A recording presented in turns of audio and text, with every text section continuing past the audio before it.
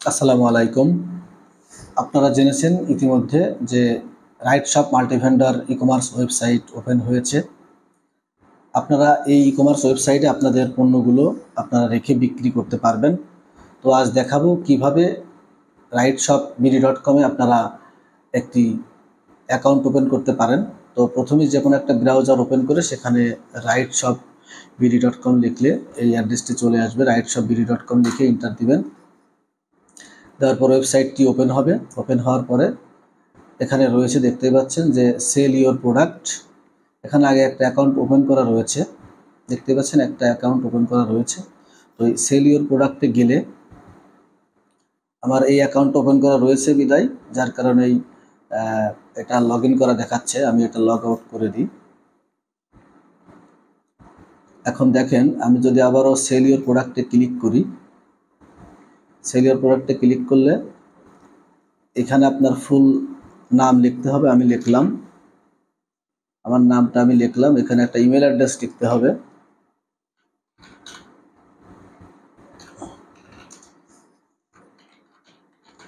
এই ইমেল অ্যাড্রেসটি আপনারা লিখে দিবেন এবং এখানে দেখাচ্ছে যে the email has already been taken, অর্থাৎ এই ইমেল দিয়ে একটা অ্যাকাউন্ট অলরেডি ক্রিয়েট করা হয়েছে। আমি জাস্ট আপনাদের দেখাচ্ছি, পরবর্তীতে আবার আমি ওইটাই আপনাদের এখানে লগ ইন করে দেখাবো।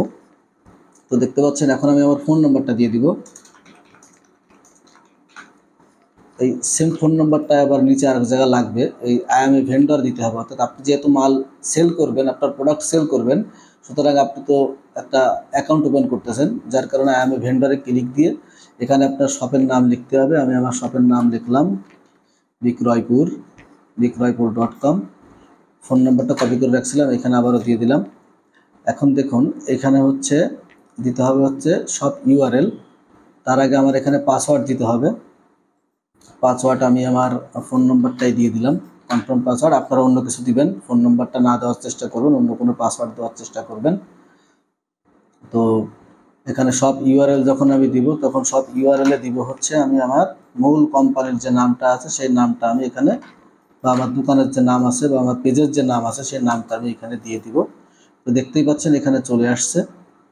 তো প্রথম থেকে আবার দেখাই, প্রথমে নাম, তারপর email address, phone number, password, confirm password, তারপর আই এম এ ভেন্ডারে অবশ্যই সিলেক্ট করতে হবে। সিলেক্ট করার পর আমাদের দোকানের নাম বা শপের নাম বা পেজের নাম যাই হোক না কেন সেটা এখানে দিতে হবে। পরবর্তীতে মূল যে নামটা সেটা আমরা এখানে দিয়ে দিলাম। আপনি এখানে চাইলে এখানে .com নাও দিতে পারেন, শুধুমাত্র আপনার কোম্পানির নামটা আপনি এখানে শপ নেমটা দিয়ে দিলেন। পরবর্তীতে টিকমার্ক দিয়ে যখন রেজিস্ট্রেশন করবেন, তখন আপনার অ্যাকাউন্টটা ওপেন করা হয়ে যাবে। হয়ে গেলে এখানে আপনার নামটা দেখাবে। তো আমার যেহেতু অ্যাকাউন্ট ওপেন করা রয়েছে, আমি এখানে লগ ইন করতেছি। লগ ইন করার জন্য আমি আমার ইমেল অ্যাড্রেস এবং পাসওয়ার্ড দিয়ে আমি লগ ইন করবো। আর JIBAM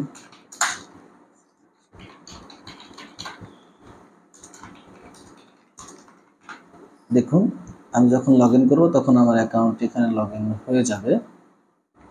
আমি সেভ করলাম না পাসওয়ার্ড, এই যে আমার নাম চলে আসছে, দেখতেই পাচ্ছেন।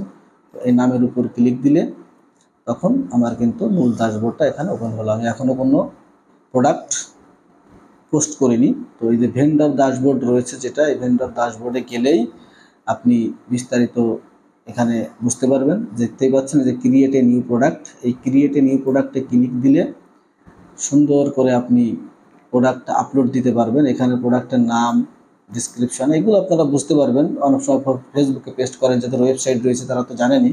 As it is same system, এখানে নাম দিতে হবে, এখানে প্রোডাক্টের শর্ট ডিসক্রিপশন দিতে হবে, এখানে মূল কন্টেন্টটা এখানে দিয়ে দিতে হবে, এখানে ছবি আপলোড করতে হবে, এখানে প্রাইস দিতে হবে, আপনি কত টাকায় বিক্রি করতে চাচ্ছেন। আর যদি ডিসকাউন্ট দিতে চান তাহলে এখানে ডিসকাউন্ট রেটটা দিয়ে দিবেন, অটোমেটিক্যালি কত পার্সেন্ট হচ্ছে এরা দেখিয়ে দিবে। পরবর্তীতে স্টক রয়েছে, স্টকেই থাকবে। আপনার ওয়েট হাইট যেগুলো রয়েছে সেগুলো দিবেন।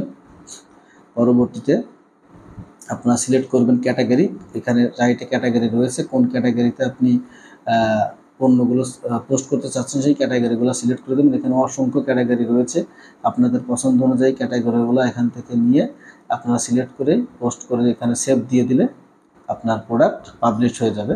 তারপরে যদি কোনো ধরনের কোনো সমস্যা হয় অবশ্যই আমাদের সাথে যোগাযোগ করবেন, মেসেজ দিবেন, ফোন করবেন, তাহলে ইনশাল্লাহ আপনাদের সমস্যার সমাধান আমরা ইনস্ট্যান্ট করে দিতে পারবো। সবাই ভালো থাকবেন, সুস্থ থাকবেন, ধন্যবাদ।